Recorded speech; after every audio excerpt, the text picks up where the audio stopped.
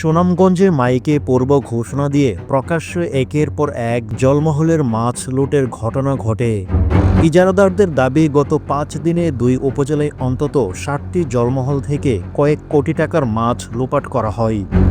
ঘটনায় জড়িতদের বিরুদ্ধে ব্যবস্থা নেওয়ার আশ্বাস দেয় পুলিশ।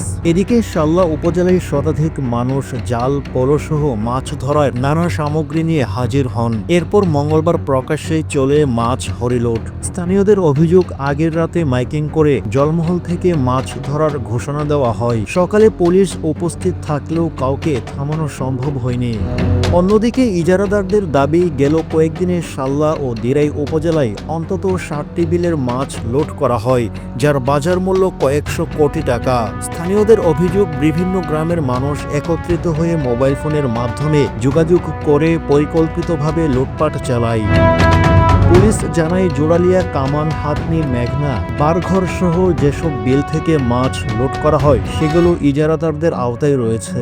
অস্থিরতার সুযোগ নিয়ে কিছু লোক অবৈধভাবে মাছ ধরে নিচ্ছে, তবে এ বিষয়ে কঠোর ব্যবস্থা নেওয়া হবে বলে আশ্বাস দেন পুলিশ।